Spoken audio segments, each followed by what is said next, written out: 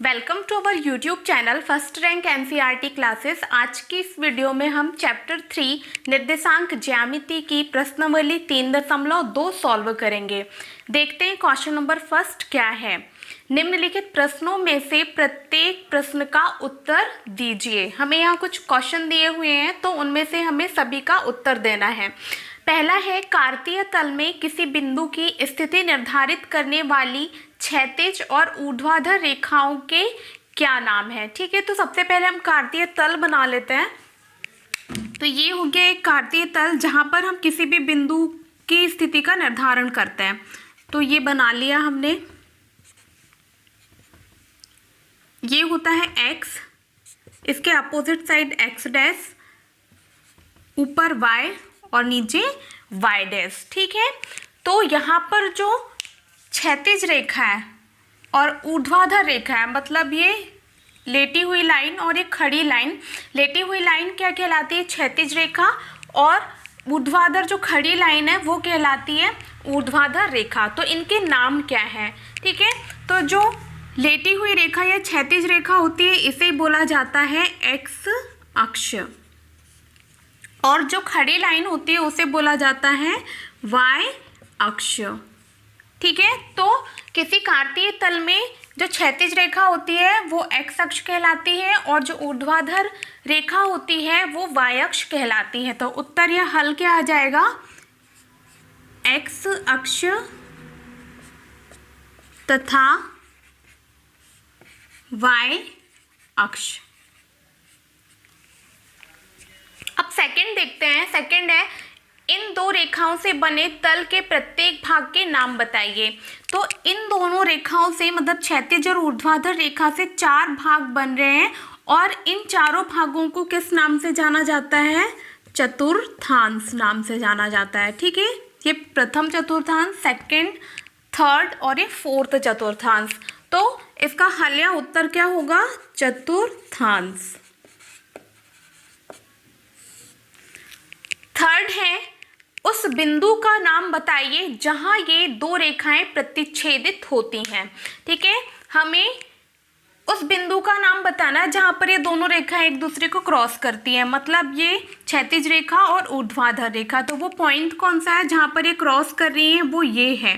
ठीक है, और इसको किस नाम से जाना जाता है? मूल बिंदु।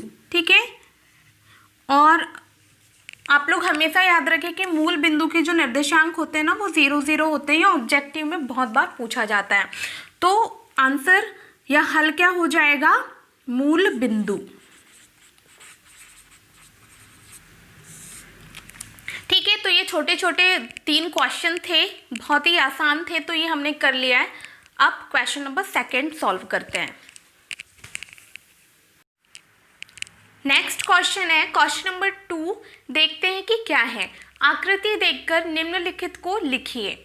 यहाँ पर हमें कुछ पॉइंट्स दिए हुए हैं और बोला गया है कि आकृति को देखकर इनके जो है उत्तर हमें देना है।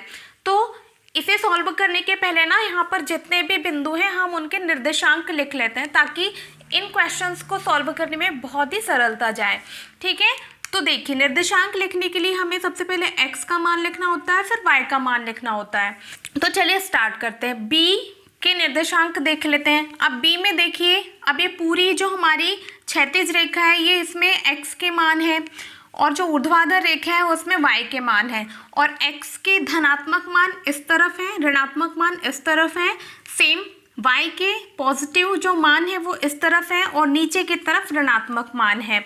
तो हमें इसी क्रम में लिखना है, मतलब निर्देशांक लिखते टाइम पहले हम x का मान लिखेंगे चाहे वो ऋणात्मक हो या धनात्मक, फिर हम y का मान लिखेंगे। देखिए b के निर्देशांक x अक्ष पर क्या है? ऋण 5,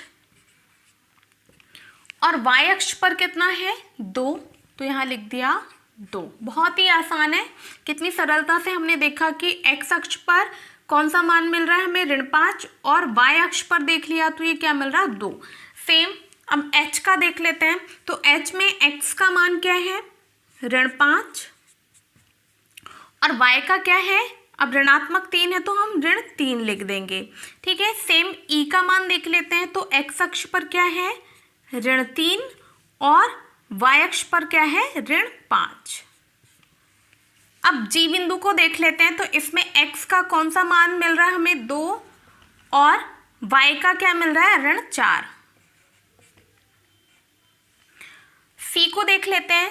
सी के निर्देशांक क्या होंगे, x अक्ष का कौन सा मान है यहाँ पर मिल रहा है 5 और y अक्ष का ऋण 5। चिन्ह भी आपको लिखने हैं। अब कौन सा बिंदु बच गया है डी भी देख लेते हैं। डी में x अक्ष का कौन सा मान है 6, y का क्या है धनात्मक ये 2, तो ये 6 2 इसके क्या हो गए निर्देशांक। अब m देख लेते हैं। m का देखिए x अक्ष पर कौन सा मान मिल रहा है ऋण 3 और y अक्ष का कौन सा है 0। यदि हम x अक्ष पर y का मान देखें इस बिंदु के लिए तो सभी जगह क्या होगा 0, इसलिए हमने y का मान क्या रखा 0। सेम हम l का भी देख लेते हैं। तो l में देखिए x अक्ष में क्या मान है, x अक्ष का है 0 और y का क्या है 5, ठीक है ना, क्योंकि यहाँ पर x का मान y अक्ष पर प्रत्येक जगह क्या होगा 0, इसलिए हमने लिख दिया यहाँ पर 0 और ये y तो कितना है 5, तो ये लिख दिया 5।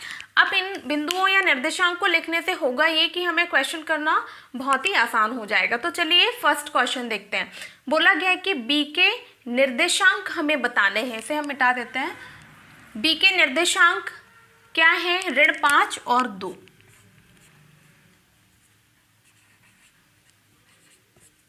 ये हल है या आंसर है।